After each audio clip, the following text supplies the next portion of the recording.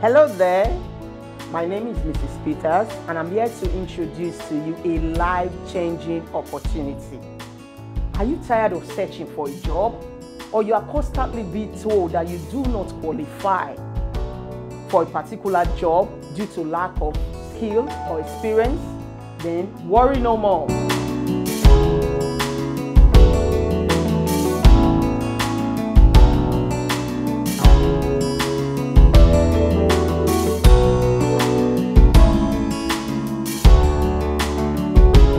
Greetings to everyone.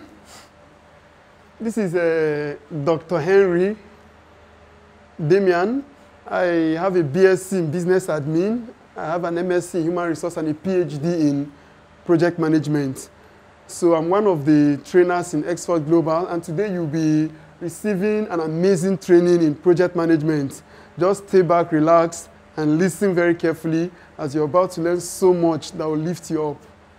So going straight to the point without wasting much of our time, I will give you our course outline for project management. So this is project management. So I'll give us the course outline, and we'll be looking at the course outline one after the other. One after the other. All right, so I want us to note that project management is actually taught even in the university. We do it at the BSc level, MSc, and PhD level. So Exford Global is a training center that takes the time to equip whoever wants to learn. Even if you've studied any course, it doesn't matter. As far as we are concerned, if you are ready to learn, you open your mind, we can take you to even places where people with PhD in project management can go. Where they can go, if you listen to our training, you can also go. So with that said, we can go straight now. Our first topic is introduction. So I'll list out the course outline as we usually do in our program. I'll list all the course outline, then take them one after the other. So after introduction, we go straight to project phases. Project phases.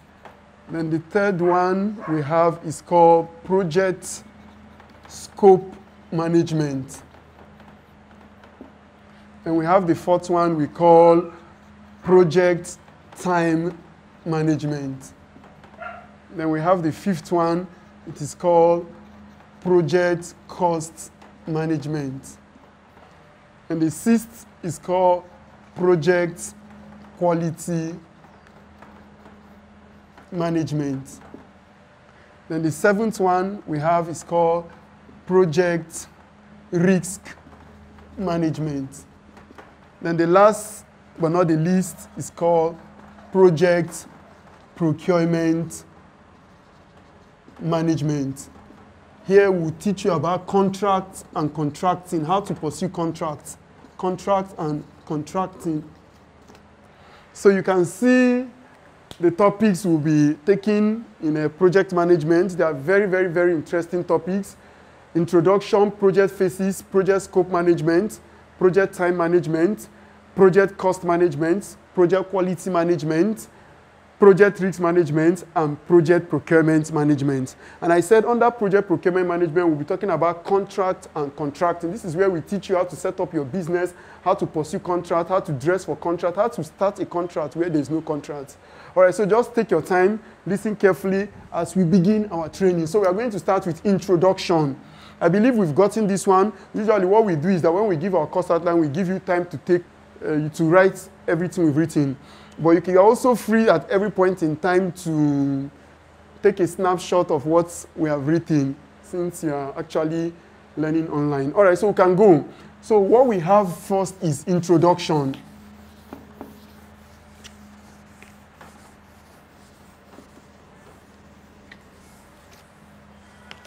So under the introduction, which is the first topic, we also have subtopics again. So under the introduction, there are subtopics. You know, topic one I told you earlier is introduction. So in the introduction, we now have what we are going to be discussing in the introduction is what is a project.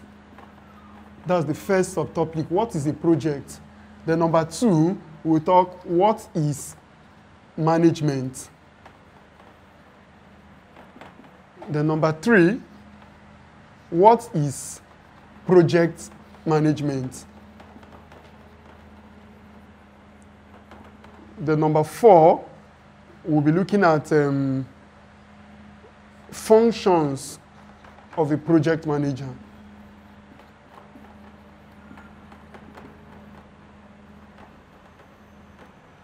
Then number 5, we have what we call strategic planning versus project management. So I believe you can see clearly what we have written. Okay, let's run through the introduction again. As you can see clearly, we have number 1, what is a project? So we are going to be explaining to you what a project is. Then we'll move to what is management. Then we'll go to what is project management. Then we'll go to functions of a project manager. And then we'll now look at strategic planning versus project management. So by the time we are done with this introduction, you would have well been grounded on the foundations of what project and what project management is all about. So we can now begin. So let's go to what is a project. That's the first subtopic. What is a project? What is a project?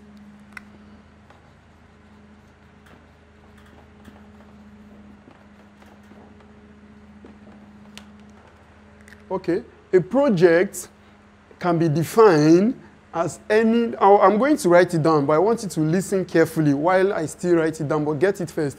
A project is any temporal endeavor that has specific objectives to be achieved at specified period of time, and then it produces a unique product, service, and results. I'll run through the definition again, assuming that we didn't hear it clearly for the first time. I said a project is any temporal endeavor that has specific objectives to be achieved at specified period of time, and then it produces unique products, service, and results. So I can just write it down for more clarity purpose. So this is it. A project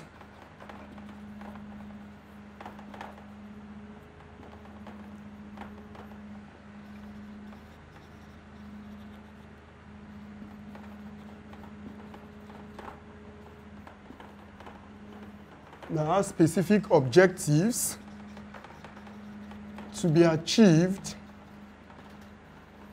at a specified period of time, and then it produces a unique product, service, and results. But you see, at this level now, we are no longer interested in your ability to cram and recite definition. You've passed that level. What we want now is your understanding. We want practicability. We want a situation whereby when you get to the field and they say, what is a project? You don't need to bring out your phone to download anything, or you just go straight because you understand. So the only way we can do that is to pick this definition, pick the keywords, and tell you exactly what they mean. So you understand project anywhere. Even in your dream, you can tell anybody what a project is, anywhere they wake you up. So just pay attention and listen. A project is a temporal endeavor. So the key word here now is temporal here, the first one. So just follow me carefully. Temporal. Now, by temporal in project management, actually in project management, we make use of English languages, but they have different connotations here. Just like every field has its own terminologies. Project management also has its own terminologies. So you will see that in project management now, when we use this word temporary, when we use the word temporary, what we actually mean here is that anything temporary in project management must have a definite beginning and a definite end. The moment you don't know the beginning of something and you don't know the end of that thing in project management, is no longer temporary. Then it's not a project. So let me say it again. I said this word temporal in project management means that there is a definite beginning and a definite end. So we have something like this. I want to show us actually what that word temporary is now. Just look at what I'm doing now. This is temporary. This is what we do. This is definite beginning. You can see this is definite beginning and this is definite end. So if I give you a particular business now and I tell you that this business is going to run till forever, that business no longer captures the word temporary. For example, in Nigeria, we have Innocence Motor. If you ask the owner of Innocence Motor, how long do you intend to do this business? He will tell you till thy kingdom come. Automatically, that is no longer temporary. Since it's not temporary, then it's not a project. I hope we are following. Then the next thing I want us to look at now is definite beginning. We actually know what a beginning is. But let's look at the word definite end. In project management, there are 3 factors that lead to the end of any project. You can see we are still on the word temporary because I told you I want us to understand what a project is. So we are still on the word definite end. Now, there are 3 factors that lead to the end of any project. Once these 3 factors are achieved, then the project can come to an end. The first one is, number 1, when the project objective, once the project objective is met, then the project can come to an end. The second one is when the project objective cannot be met, then the project can come to an end. Then the third factor that leads to the end of any project is when the project objective is no longer needed. So we've given you different factors that could lead to the end of any project. All right, the next keyword in our definition after temporary is endeavor. Remember, we say a project is any temporal endeavor. So now we've gotten what temporary is. Now, endeavor in project management means that you put an effort to achieve something. Is there anything you put an effort to achieve something? Here, we call that an endeavor. Are we together? So the next thing we say the project is a what? A temporal endeavor that has specific objective. Now, we have objective, we have specific objective. If I set up a business and I say I want to make profit, that's my objective. Now, anybody that works with me now understand that I'm after profit, but they have every right to tell me if we make 10 naira, $10, it is still profit if it is above expenses. So that is the essence of now making it specific by now telling you I want us to make 10 billion profit after tax. This is what I want. That's what makes your profit specific. Then the next keyword there is specific. They say specific period of time. Now, if I tell you we will make $10 billion or 10 billion naira profit after tax, I should also tell you at what particular period of time, and that's what makes it specific period. So if I come up and I say we'll make a profit of 10 billion naira without telling you when we are making it, then you see at the end of the day, you can tell me we are making this money 50 years to come, and that is why we specify the particular period. Then the next thing in that definition is producing unique products. In project management, the word unique is not like we use in English language. It could still mean the same thing anyway. In project management, when you hear the word unique, we simply mean that particular thing is special. You can't find any other thing like that. So assuming Julius Berger now is constructing an overhead bridge, just say across the road now, and then the same Julius Berger is constructing another overhead bridge across the other part of the road. The same Julius Berger, the same time, the same money, the same people, and the same place. Now, in project, as far as project is concerned, these same projects are still unique in the sense that they are not in the same longitude and latitude. If you know about longitude and latitude, you know that this one at this place and this one at this place are not at the same longitude and latitude, and that makes them different. Anything that makes anything different in a project actually makes that project unique. I hope we are getting what I'm trying to say. All right, so that is what makes a project unique. Then we say that even though it is unique, it should produce what we call a product. A product is any physical thing you can hold on to. If at the end of a project you have, there's nothing we can hold on to, then we cannot call that a project. If you set up a project but people cannot see anything to hold on to, then it's not a project. So there should be something we can hold on to physically, that's a product. Then there's something we cannot hold on to, which is service. Like I'm offering you a lecture now. You can't hold on to physically what I'm saying, but you know I'm offering you service, and that's what we call service. And the last one there we talked about is result. Result is more like setting up an investigation, and then the processes of passing through a investigation to bring out an outcome. That outcome is called result. So you can see that I just took you down the definition of what a project is. So there's no need for cramming anything here. Just pick the variables one after the other, understand what we said, and you can always put it back in your own language. In Exford Global, we don't do garbage in, garbage out. We believe in you understanding and giving us what you understand. That's what we are here. Because this is not the normal thing we do, cramming to pass the exam. No, here we want you to understand so that you can go into the world and take over the marketplace. That's what we do here. All right, that being said about what a project is, we can now move to subtopic 2 of the introduction, and that is what is management. Are we together? All right, now for management, management encompasses a very broad scope. So which I will just show you, just to see, since it encompasses a broad scope, let me just show you what it is. Then we'll pick them one after the other. We can't talk about all of them because in our topics gradually we'll discuss everything. So this is the formula for management. I believe we know that MGT stands for management. All right, so MGT is equals to planning plus organizing plus directing plus control plus staffing plus leading plus coordinating.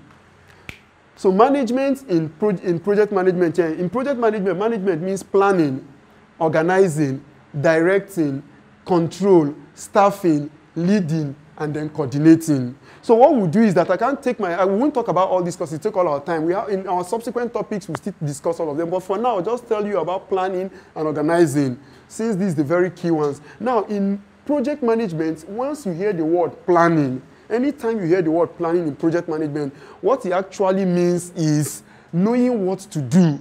Once you hear planning, it means knowing what to do and then knowing when to do or how to do what you say you want to do.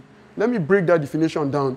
Planning means knowing what to do and then knowing how to do that which you say you want to do.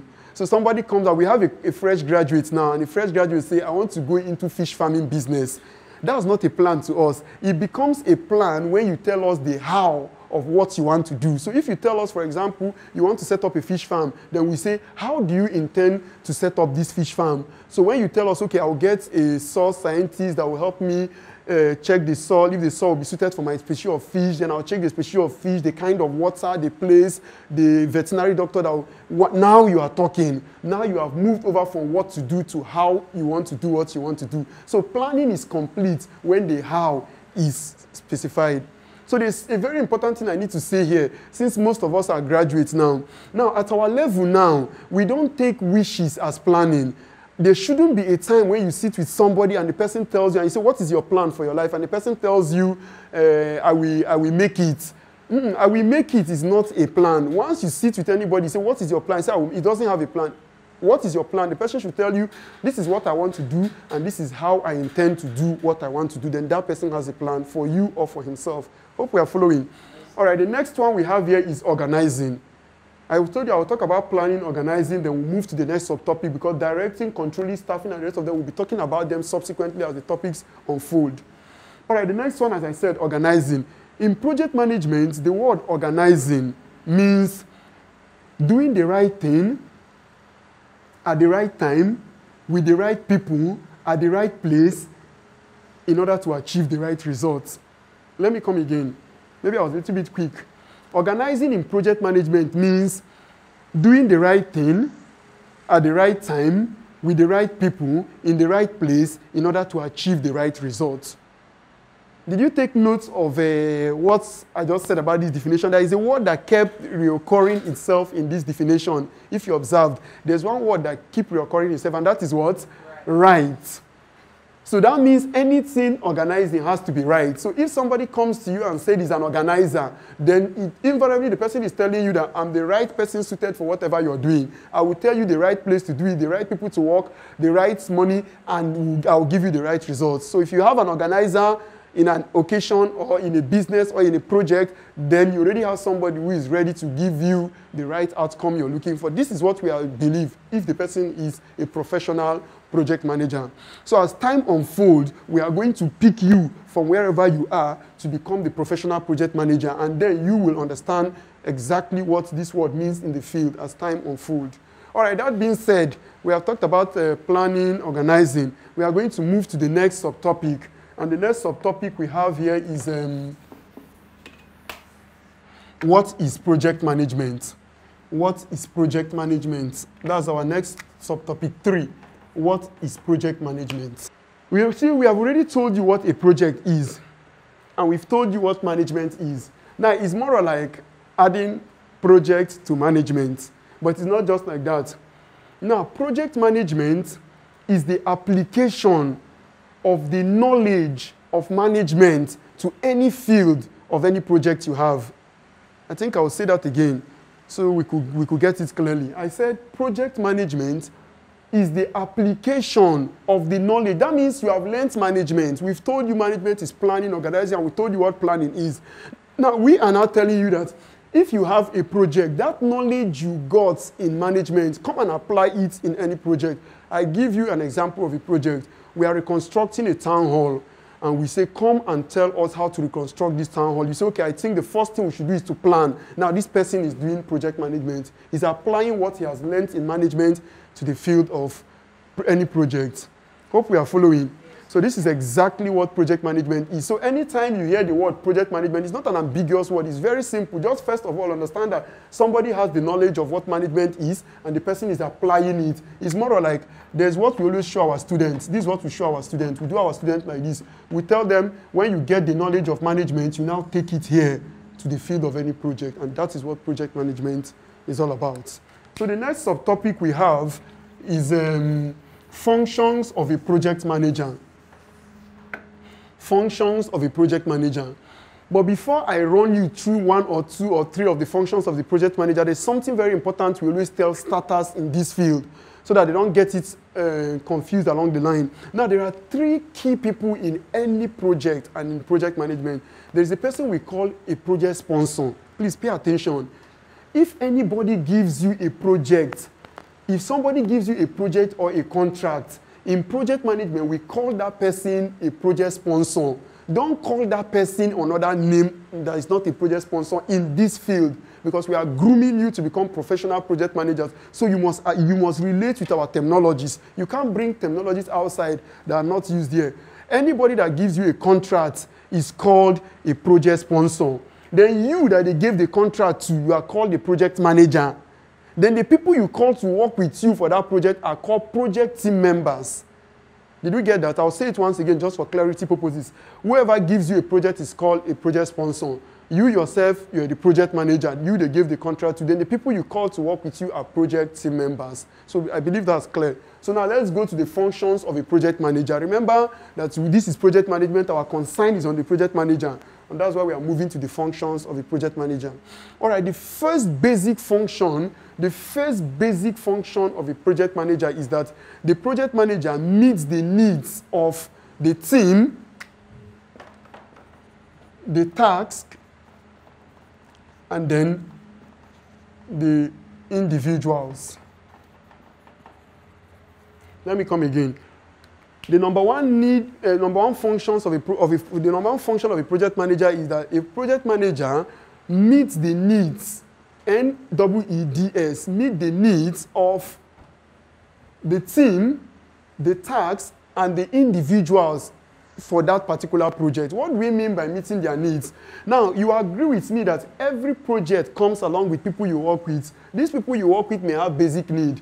So you have to pay attention as the project manager to know what their basic needs are, because it will affect the project at the long run. Then we have the task itself. The job you have will have its own basic need.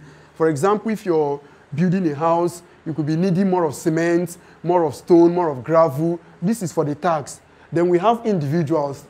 People working, the team members form part of the individuals. Individuals could have their own peculiar need. Now, a project manager will not say, what is my concern with your need? My own is to pay you and go. No, project managers don't say that. And that is why we also have a course we call Human Resource Management. Let me tell you, one of the reasons why we teach Human Resource Management in Exford Global is that if we train you as a professional project manager, but we don't come from the human resource aspect, you treat human beings as animals. You treat human beings as goods. You think human beings do not have feelings, and that is why we now organize human resource management, so that we teach you the peculiarities of women, peculiarities of men, why men behave the way they behave, and this will help you as a project manager to meet the needs of individuals. I think function 1 is clear. Then we'll move to function 2.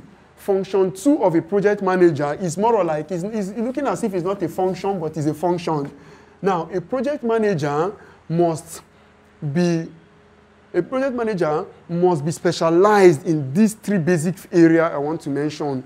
These 3 basic areas. Once somebody tells you that he's a project manager, then the person should be specialized in 3 of these areas. I will show you the 3 areas. The first area is called the knowledge area. Knowledge area. The second area is called the performance area.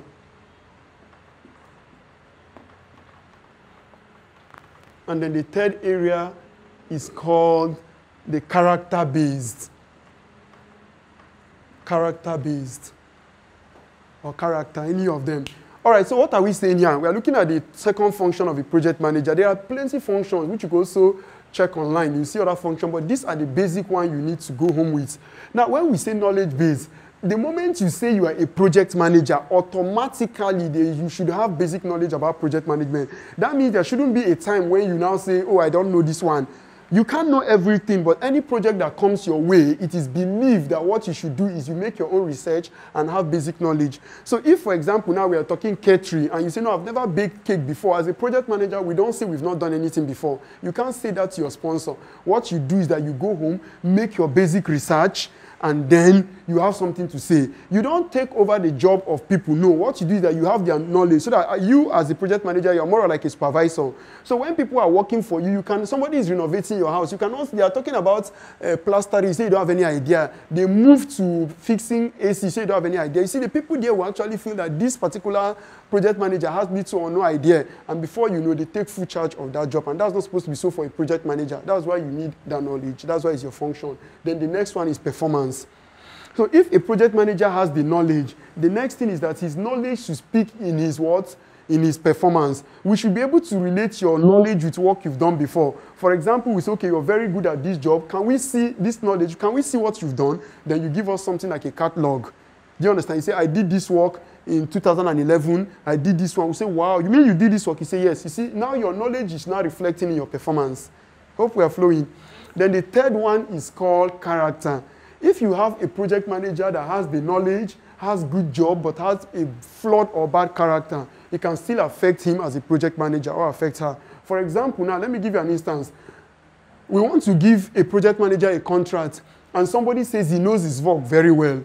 His performance speaks for him. He has done credible work, but the only problem is that this woman or this man is very proud, is saucy, is rude, is arrogant. You see, these characters already will make the project sponsor to begin to have some doubt. So you see, the project sponsor will begin to have some doubt. Why is he having some doubt? Because he will be afraid. Are you sure that this man that you told me is angry, he's wicked, he's this thing? Are you sure he will not rub this attitude on me? So that particular character alone will make that sponsor to be doubting, or you'll be afraid. And so you see, what we usually tell project managers is that there's always a room to work on character. Nobody was born perfect. All of us, we came imperfect. So what you do is that you enroll for other programs where they teach you about character development, like in our leadership training, the bonus course we do in Exford Global. We teach people how to reform their characters. In the human resource, we also talked about character reformation. So that by the time you have this knowledge, your work speaks for you, then you know how to also relate with people. So that this will make you a sound project manager. So that you have the knowledge, your work speaks for you, and you have very sound character. I think with this, we have looked at what the functions of a project manager is. I told you there's others, but you can also check that online. But these are the basic functions of a project manager. So we'll move to the next one, strategic planning versus project management.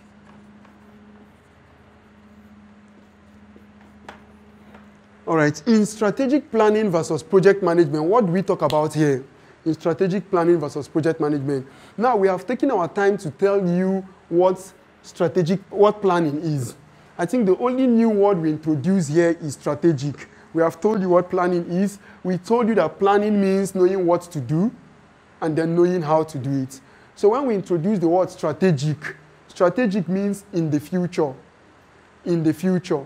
So it simply means that they are telling you, when you hear strategic planning, we are simply talking about planning in the future. So this is it. I say strategic means in the future. So if you say strategic planning, then you are saying planning in the future versus project management. Now, what is the relationship between strategic planning and project management? The relationship between strategic planning and project management is that strategic planning looks at planning of 10, 15, 20 years to come. you can imagine that most people are talking of what they want to do the next 2 years. But in strategic planning, we are concerned about the next 30 years, the next 40 years, the next 50 years. You're planning for the next 50 years, you're planning for the next 60 years. How can you start making plans of next 40 years when you're not done with planning of 2 years to come? So you see, that's the issue we usually have with strategic planning. In Africa, one of the frustrating things you tell an African is to tell an African to plan for his next 30 years. If an African is 40 years old or 30 years old or 20 years old, you tell him to begin to make plans of when he will become 70, when he's 30. He frowns at it. Why? Because he's still talking of what he will eat tomorrow, and you're talking of 40 years to come. But the good thing about strategic planning is that it always keeps you in check. That means you are always ahead of time. Now, the people who actually succeed in business are those people who actually control the future. Most business people wait for what will happen tomorrow. They sell based on what is going on. If you observe today, you will see most of the businesses we have today, people do business based on what is trending. Most of our young graduates, what they do, you see that they say they're into makeup. Some of them will tell you that they are now they now bake cake. This is just so common and prevalent, and that is why they are not making much from it. Why? Because they are simply not going strategic. Now, in strategic planning, what do? You search for what people will need in 10, 5, 15 years' time that they've not started needing it now. Then you begin to make arrangement of how to produce it for them now, so that before they begin to need it, then you already make a provision for it. Let me give you an example. If you know that car they call end of discussion, when that car end of discussion was produced, the company produced a particular number of that car and made sure that they will sell everything before they unfold what they already have in their plans. At the particular brink of selling to a particular number, they call the car end of discussion, that the discussion has ended. People were buying thinking that was the end, not knowing that before that company produced that car, they've already produced other cars and kept. So while they got sold to a particular number they want to sell, they now unfold the next one they call discussion continues. So people who bought end of discussion were like, I thought this was the end of it. And they said, no, discussion still continues. You see, what they do is that they produce 10, 15 years time what you will need that you are not needing now. In China, as I'm speaking with you now, the Chinese people have produced a vehicle that can skip hold up for 15 minutes. So if there's hold up now, and you have a serious meeting, you just punch a button, it brings out wing, and it skips that hold up for 15 minutes. Right now, that car is not in Africa. Why? Because Africans have not started needing the car. When Africans will need the car, they will boost the price very high, and then you have no option than to pay. This is strategic planning. You go into people's future, produce what they will need in future that they are not needing now, so that whenever they begin to need it, you now give it to them. At that point, they have no option than to pay whatever you tell them to pay. Why? Because it's now a burden to them. Are we together? That is exactly what we do in strategic planning. So you see, most project managers, how they make money is that as a project manager, if you want to make your money, you don't make more money on what is prevailing. You make your money from what people will need that they've not started needing. You make research and produce it for them, so that whenever they begin to need it, then you bring it and put it at any price. They have no option than to pay you for it. This is exactly what we do in strategic planning versus project management. Now, if you observe what is also going in the world now, you will see that most countries in Asia are now beginning to work on the future. They are not working on what is happening now again. If you go to China, for example, in China now, they are working on how to produce robots, because robots that could even get married to people. In fact, they produce it. Most young people make so much money and say they don't want to get married. It's not the company's problem. The company is a business company. If you make so much money as a young man and you refuse to get married and you say you don't want women problem, they have machines you can marry. They're like women. You buy it and you keep and you pay, and everything a woman can do, the machine can do for you. That particular machine, all you need to do is you just beat the machine and tell the machine whatever you want to eat. If you say you want fried rice by 4 p.m., you get all the ingredients and you type fried rice 4 p.m. served hot. As you're coming 4 p.m., she will bring it for you. It's a woman. Everything a woman can do, the robot can do. The only thing the Chinese people are working now, they are working on the uterus so that she can be able to carry baby. Once that is done, they have a female. So you can see they are working in the future. Whether Africans frown at it or not, this is exactly what strategic planning is about. Now, if you see, there was a time in the 7th Assembly, the National Assembly in Nigeria, I know all of you know Senator Ben Bruce. Senator Ben Bruce raised up his hand and said, Nigeria should start producing cars that will use water and water and sunlight. And some senators were really against it. They said, Ben, you're a senator from the South. How can you be talking about Nigeria producing cars that use water and sunlight? So what happens to our crude oil? But they didn't understand where Ben Bruce, the senator, was coming from. Ben was saying, if in the next 15 to 30 years' time, this crude oil dries up, what would we do? Now, countries are beginning to produce even better crude oil than Nigeria. So there's every tendency that in the next 40 years, Nigeria crude oil will become less valuable. What do we do? And do you know what the senators reply? The senators reply what every average Nigerian would reply, and every African. They say, Ben, when we get to the bridge, we'll cross the bridge. You see, that's the African. You can see all of you already know that when we get to the bridge. Why? It is with African mentality. When you travel to UK and you say, when we get to the bridge, everybody will be looking at you because they don't know the complete balance of what you want to say. Because they believe that you should work for the future and then produce and make your money. So you see, in project management, in strategic planning, we take our time, peep into people's future, look at what they will need and produce it for them while they've not started needing it. So that when they need it, we just offer it to them and then we make our money. So this is what strategic planning and project management is about. Hope we are following and getting what I'm saying. All right, so with this, we come to the end of the introduction. If you look at the introduction, I gave you 5 subtopics. So this is the last subtopic for the introduction. So we are moving now to topic 2. And topic 2 is called project phases. Topic 2 is called project phases. So here now, in project phases, there's something, let me show you, this is the phases, not the one with F, it's the one with P. So we have what we call project phases. All right, project phases now, if we have a young staff, for example, who wants to go into project management, most young people, once you ask them, they will tell you they want contract, they want project. Now you ask them, what is the first thing do you do if somebody offers you a project? What is the first thing you do? There will be, how much? They go straight to money, thinking that the first thing you discuss with your project sponsor is money, and that is wrong. The first thing we talk about in project management is you need to know the different phases every project must pass through. So if I ask you now, I want to build a 4-bedroom bungalow, and you say I should award that contract to you, and I ask you, what are the various phases this project will pass through? And you tell me you don't know, that all you know is I should just tell you how much it is. I cannot be confident to give you such a project. To build confidence in the heart of a project sponsor, you need to convince the project sponsor that you know the various phases. So let me show you the various phases. So these are the various phases every project must pass through.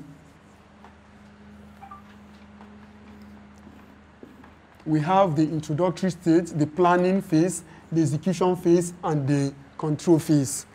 So what we have on the board that you can see clearly is what?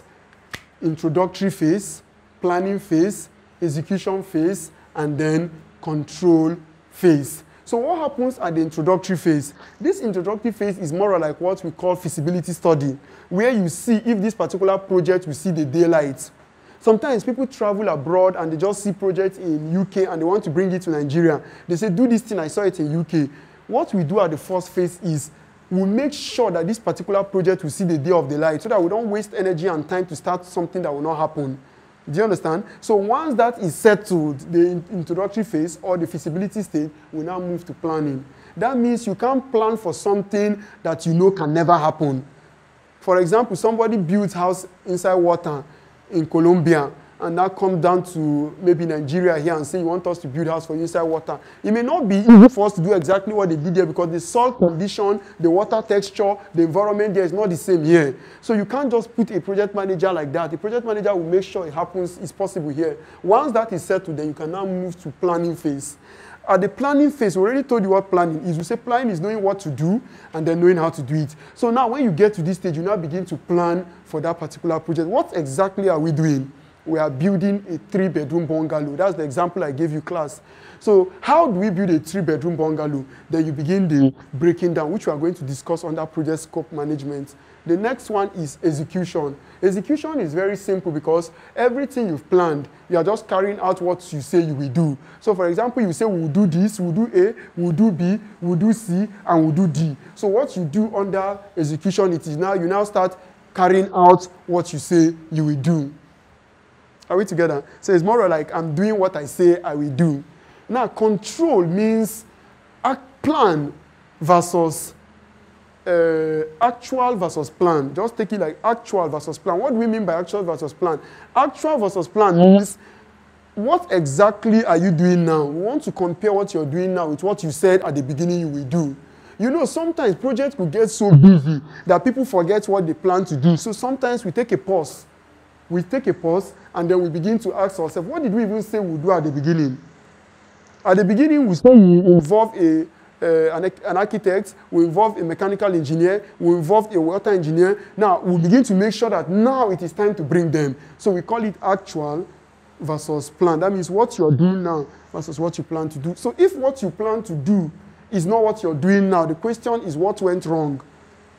We have situations where young people say, if I graduate from school, I will set up a company, I will do this, I will do that. Then when they graduate, you see they are not saying anything. Now, what you're supposed to do at that point in time is, once the particular period reaches when it is time to do what you say you will do, and you are not doing it, the question is, what went wrong? And that's the first question of control. What went wrong? Why can't you do what you say you will do? Why are you not doing it? Once you can answer that question or not answer that question, then you are controlling. This is what control is. So if you are doing what you say you will do, fine, you can say improve on it. That is still control. Hope we've gotten this. So this one you now see here, we call it single phase project. This is called a single phase. A single phase project. Why is this a single phase project? This is a single phase project because everything seems to be happening in one phase. I'm going to show you a multiple phase project. And you will see that a multiple phase project, everything does not take place at the same time. So let me show you how a multiple project, this is a single phase project. So the multiple phase project is like this. So just look at a multiple phase project. We have like this, we have something like this, we have something like this, then we have something like this. So we have something like this, I, P, E, C, I, P, E, C, I, P, E, C. Now, this is a multiple phase project. You will see that everything initially took place in the first place. Now, but now it's not like this now in this case. Why is it not like this in this case? Anytime you see a project like this is simply telling you that everything cannot just finish in initiation, planning, execution, and control. That means that there will be continuation of other things you need to do that are still part of the work. I will give you a classical example. I will give the class a classical example of what a multiple phase project is. So let's pick a waste site. Now, a waste site is assuming somebody has a land, and then people turn this land to a waste site where they pour refuse. And the person got tired of that land and wants to sell that land. The moment you want to sell that your land, because people have turned your land to a dump site. Now, if you sell such a land to a project manager, do you know what the project manager will do? The project manager will not just come and pack that refuse and begin to build. That is what a lay person will do. But a professional project manager will not do that. If you sell a waste site for him, the first thing he's going to do is that he's going to conduct what we call decommissioning. Let me repeat it again. If you sell a waste site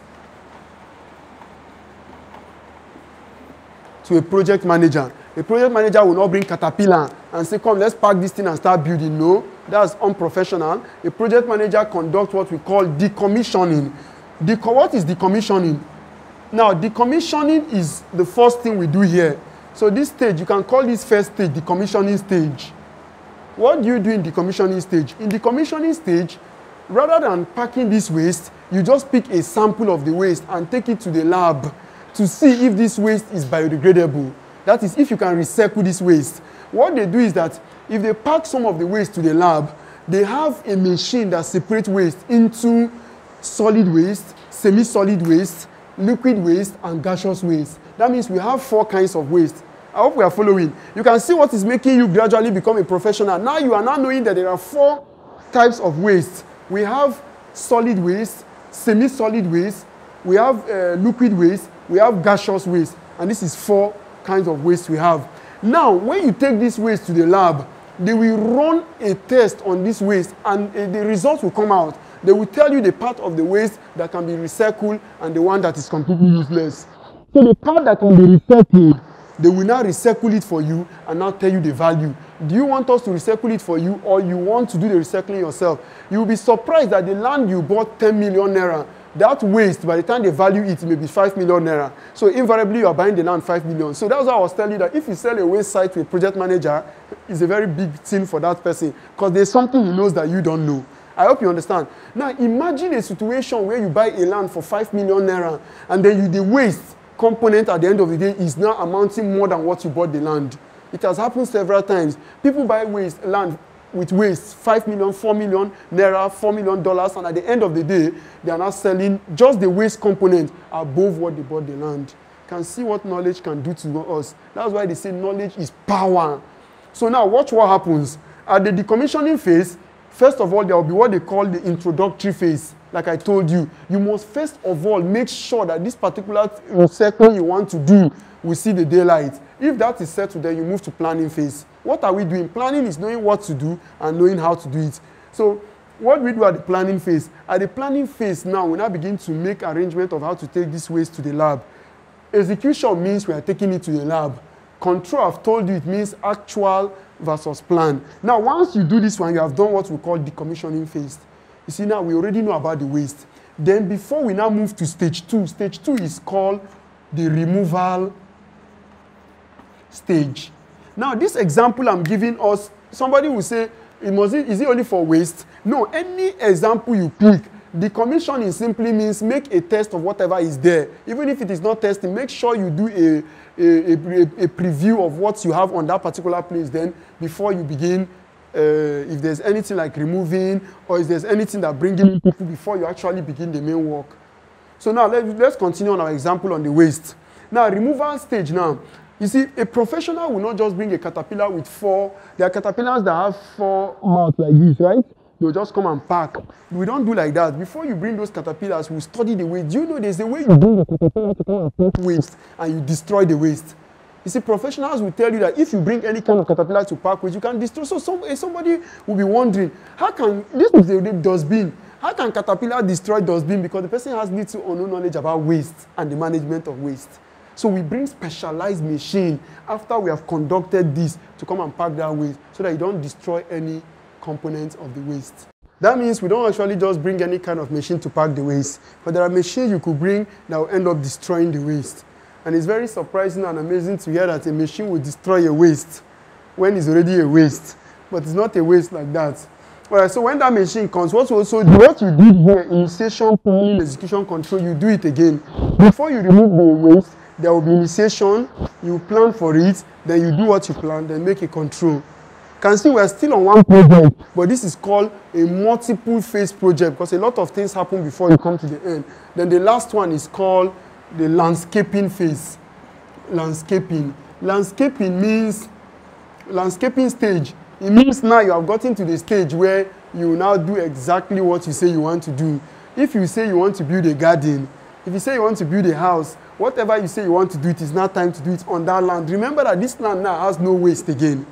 So you now have a bare land. So assuming you say it's a garden you want to build there, then that means this is now the time for you to now do your garden. So you cannot come under planning and say, we are going to, the barbecue will be here, the swimming pool will be here, the hall will be here, while the place where they play long tennis will be here. Are you seeing it? So you're making plans, then you now carry out what you say you do. That's execution before control.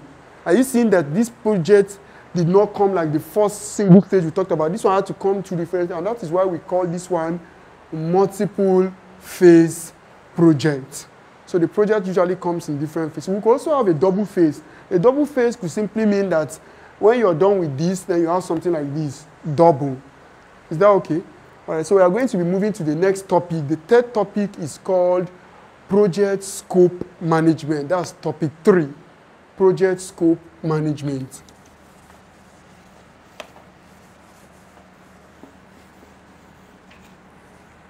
Project scope management. All right, for project scope management, project scope management, what is scope?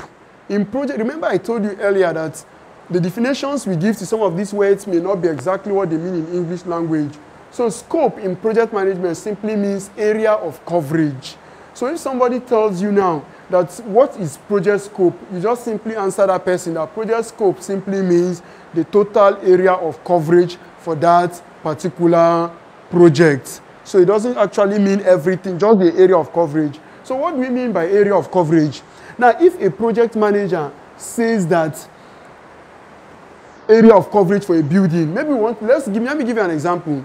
Assuming we are renovating a house, if we are renovating a house and then this project sponsor now asks, the project manager asks the sponsor, what is the area of coverage? That means that the project sponsor will have to tell you, okay, by renovation, I mean, put AC, remove this tile and bring Arabian tile, put this kind of chairs. He's telling you exactly what to do. So what he tells you to do becomes the scope of that work. That means you cannot just come and say, when somebody say, oh yeah, I want you to build 3-story building for me, or I want you to set up a poultry farm for me, or I want you to construct a road for me. You cannot just come and start assuming what to do. No, you must ask the person what exactly, what should I do that make up the frame of this work.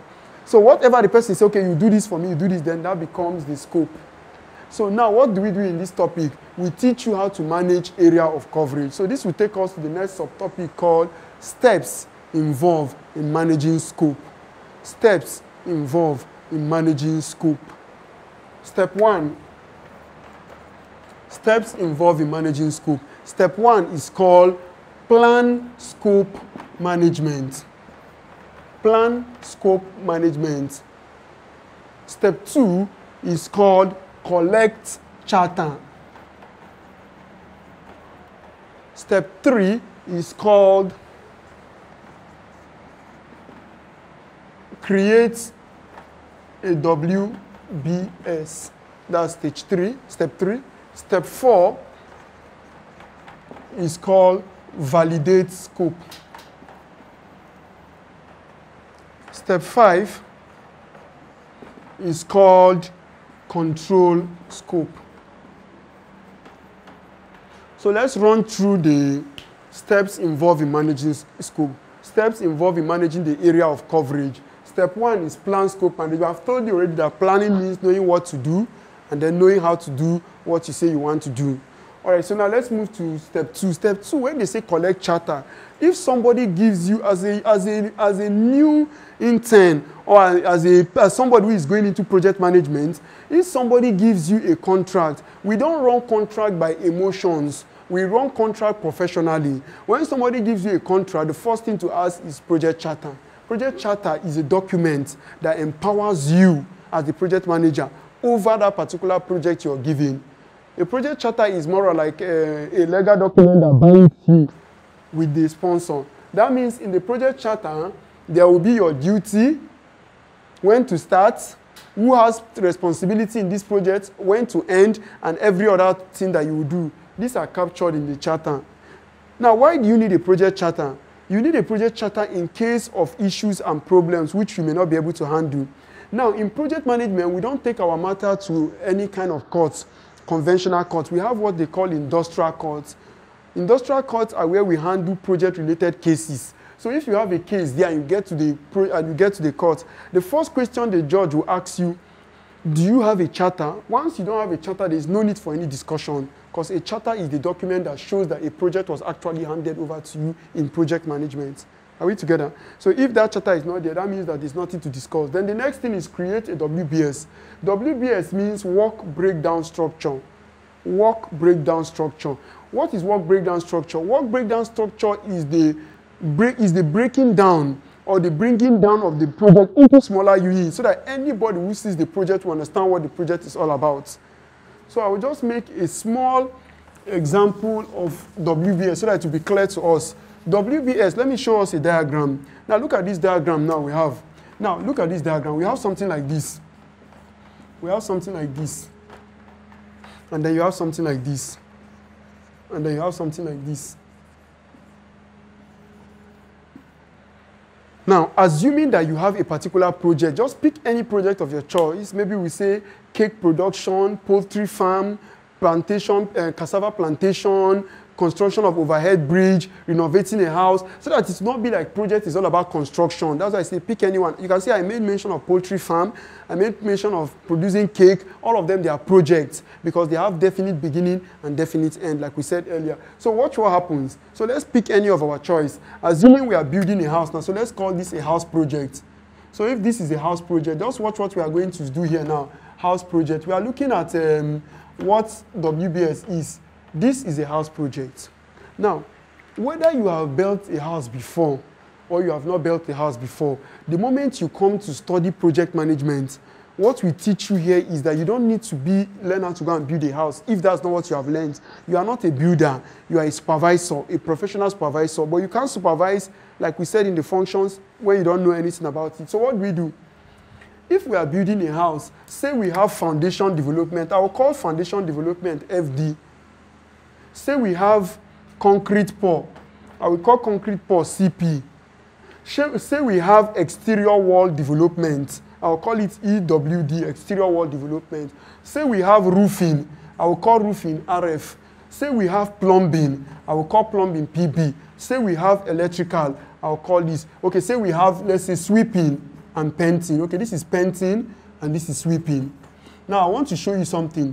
You can see we have broken that work into smaller units. So whether you are a builder or you are not a builder, a project manager, what you do is that when you come to the site, you know all the jobs that will be done and you know who will do what. Remember, you are not the one that does this job. Yours is to understand the nature of the job. So there shouldn't be an occasion where you, as a project manager now, will get a project and then you will say, maybe somebody calls you to come and set up a poultry farm for him. You say, no, it's not my business. Project managers, we don't say anything is not our business. So anything you give us that we cannot do, we have various people we can always call to. For example, you have a project on construction overhead bridge. You have never done that before. What you need to do is to collect that project and then look for other professionals and they will always guide you on what to do. We hardly say no. Before we say no, we conduct what we call risk analysis, which I'm going to be explaining to you in subsequent topic, how to analyze risks. Before you see a professional project manager reject a project, he must have conducted an analysis and then he says, this one will not work well. So there's no need entering in. But ordinarily, every project we say yes to it.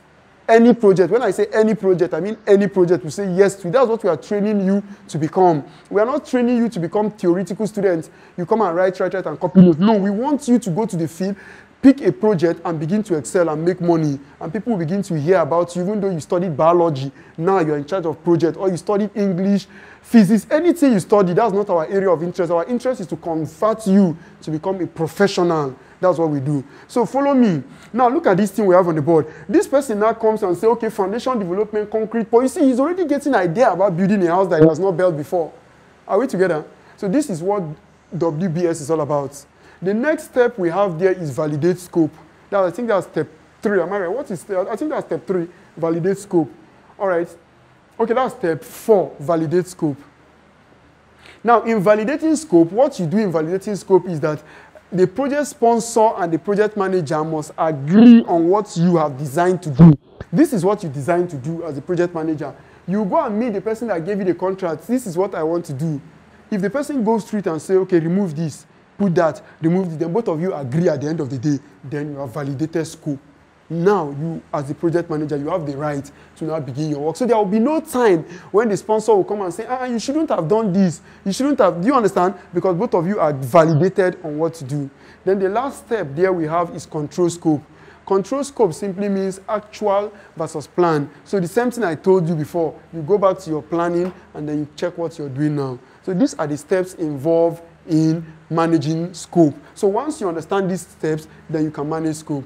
Hope we are together. Then the next topic we are going to look at now is called project time management. I think that's our next topic. Yes, is it project time management or project cost? Project time management, okay. So we have project time management.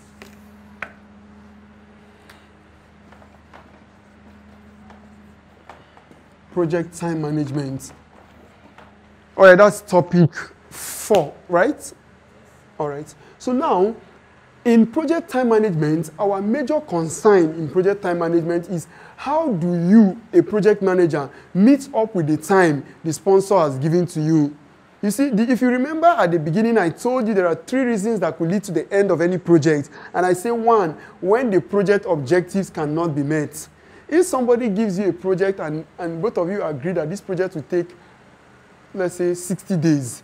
In project management, do you know what we call that 60 days? That 60 days is referred to as PCT, project completion time. So please take note of PCT. Once somebody gives you a project, the next thing you ask, please, sir, what is your PCT? Or please, ma, what is your PCT? PCT simply means what is your project completion time? And the person says 90 days, 40 days, 20 days. Then you understand what you're not doing. That means you are working on this time frame. So once PCT is gotten, the next thing a professional project manager will do now is to begin managing the project so that it does not go outside the time. So now I will show you the steps involved in managing time so that you don't go outside the time of the project they gave you. Because once you go outside the time, the person may not collect that project again from you. And let me say something very important. In business and in project, we are not interested about you getting a contract. Our interest is that when you get a contract, the ability to get more from the same person and from others. If I give you a contract today, and then I have other contract I can't give you, I don't know if you're following me. I gave you a contract now. Then there are other contracts I still have, but I can't give you again. It's not good for you as a project manager or as a business person. That simply shows that something went wrong. So our concern is continuity. Even if you make small profit from this project, there should be another one, call me. Another one, call me. That means you are in business. I hope we are together. So we settled that one. So that was one of the reasons why you must take time. Very, very important. In project management, we don't have anything like African time. That's just a coined language by the Africans. Here, nothing like African time, because African time can ruin you your business. So let me show you what we do. Steps involved in managing time. Steps involved in managing time. Steps involved in managing time. Step 1, plan, schedule, management. Plan, schedule, management. Step 2, define activities.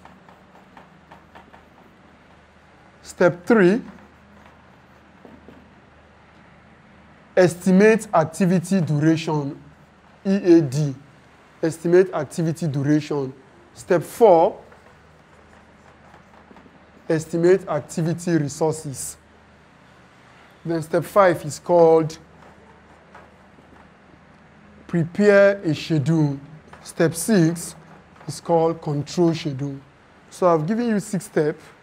So what we have on the board is step 1, plan schedule management. Step 2, define activities. Step 3, estimate activity duration. Step 4, estimate activity resources. Step 5, plan schedule. Sorry, prepare schedule. Prepare schedule. Then step 6, control schedule. So what do we do in plan schedule? I've told you before, planning means knowing what to do and then knowing how to do it. So that one is settled. Then the next one is define activities. So how do we define activities? If you want to define activities, what you do in defining activities is this. You first and foremost get down everything that you do. You remember what we talked about in the work breakdown structure? That's why we usually talk about project scope management before project time, because of defined activities. Now, take example of the house we are building. I gave you different components of things that will be done in the house we are building. Are we together? Now, what do? Each of them, if you say foundation development, now you're not the one to do the work. Just assemble all of them. The same day, different days, your choice. You have not built a house before. You call this lady and she said they are the one that will make the foundation. This man, they are the one that will do the exterior wall development, the painting, the plumbing, the exterior wall, the sweeping and everything. So you call them one after the other. You want to take charge. I want to teach you how to take charge of your project so that the people that work for you, you are the project manager. Then you now bring project, what they call it, project team members to work with you. And then they discover that you have little or no idea, it's not good about the work. They are the ones that are doing the work. So what do? In defining activities, you are the one to make foundation. What does it really take in making foundation for a 3-story building or 2-story building. Then this person is his area of specialty. He begins to explain to you. Are you seeing it?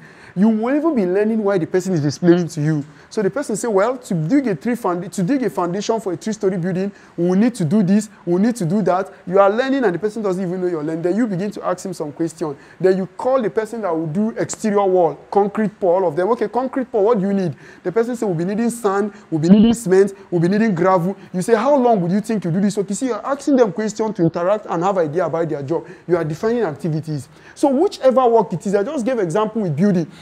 I have not baked a cake before. I've never baked cake before in my life. If you give me the contract to bake 1,000 cake today for a mass wedding, I'm telling you I'm going to run that contract. All I need to do is to get my project team member. The project team member is the professional that will bake the cake, right? Then me, I'm the project manager. I sit with the person down and I say, please, this is the amount of cake I need. This is the type of cake I need. What does it take to run the cake? The person says, okay, we need flour, we need sugar. I see the person is bringing me into the world of baking cake. And I say, okay, what are the first steps? The person says, okay, we'll do this, we'll do that. I'm not coming to take over the work, but the person must tell me what he will do before I can get confidence in giving him the contract. Now, you need my confidence, right? While you need my confidence so that I can give you the contract, then during that process, I'm getting information about the project. I don't take over your job from you. I want to supervise you well. This is what every project manager must learn. That's why I told you earlier, it's not about what you have learned in school theory. This is a practical session.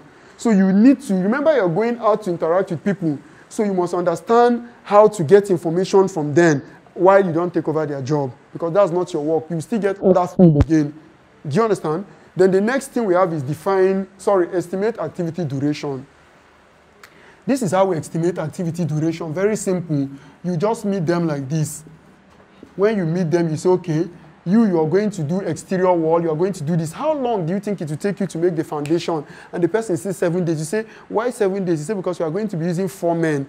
You say, well, I want this work to be done in 6 days. Remember that if the person doing foundation takes 7 days, and the person doing concrete take 8 days, the person doing painting take 4 days, it is their days that will lead to the PCT, remember, the project completion time. If the project completion time is 60 days, how long these people that are doing this work take will determine whether you'll be able to meet up with PCT. Are we together? So now, that means that you have to be very, very careful with how long this is. So at the end of the day, by the time they are giving you, by the time they are stating how long each of their work will do, you're also making your computation to make sure that it does not go beyond your project completion time. Are we together? All right, so now, once that is done, we now move to EAR. EAR is Estimate Activity Resources. Now, there are 4 basic resources in project management. 4. The first one is called money.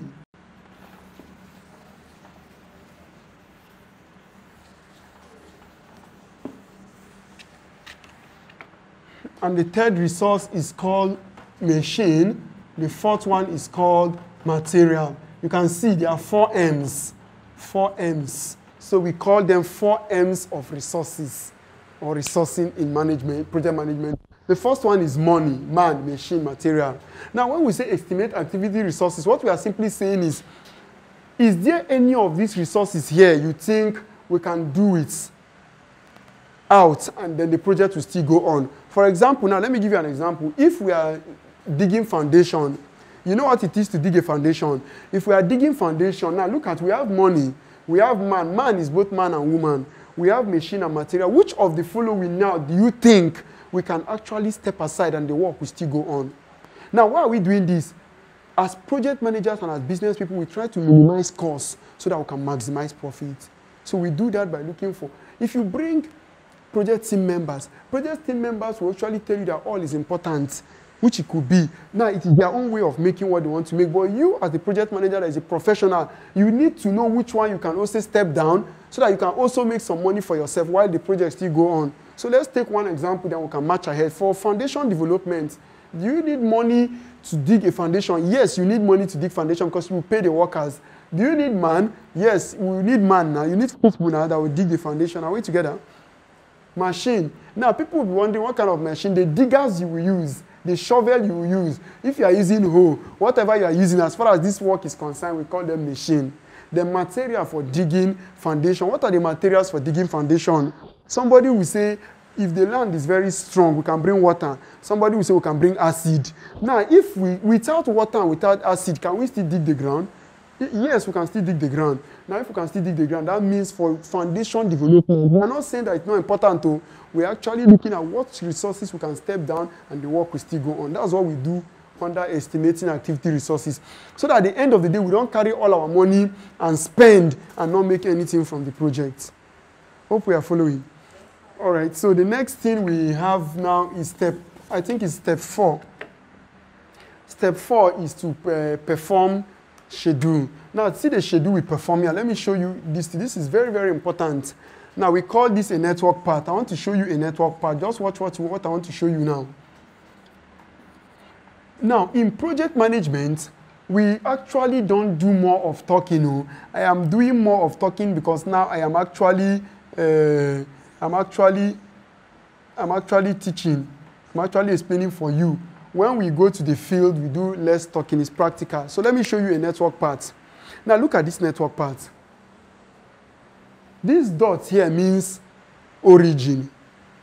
So anytime you see a circle like this, it means origin. That means what they are telling you is that if foundation, if this is excavation, ES. So if you see this diagram simply means that foundation development and excavation will start from the beginning.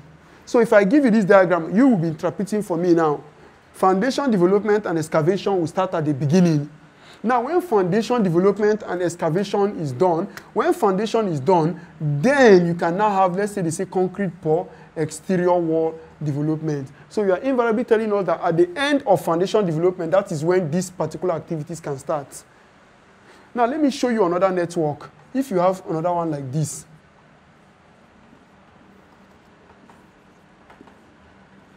Now, what does this one mean? You can see that this one is a little bit different from the other one we drew on the board. The first one. Let's say this is 1 and this is 2. Just take a look at this network parts.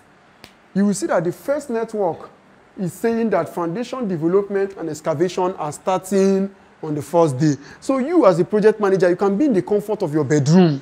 You carry your phone and your WhatsApp and you tell them to send you the diagram of what is going on in the field. When this diagram is sent, what do? You begin analysis now. Okay, so who is on the field now? They say the person digging foundation. That means as the man is digging foundation, this person is also doing his work simultaneously. But in this case, now if the person sends this diagram for you, that means the person is telling you that if the person doing foundation development is working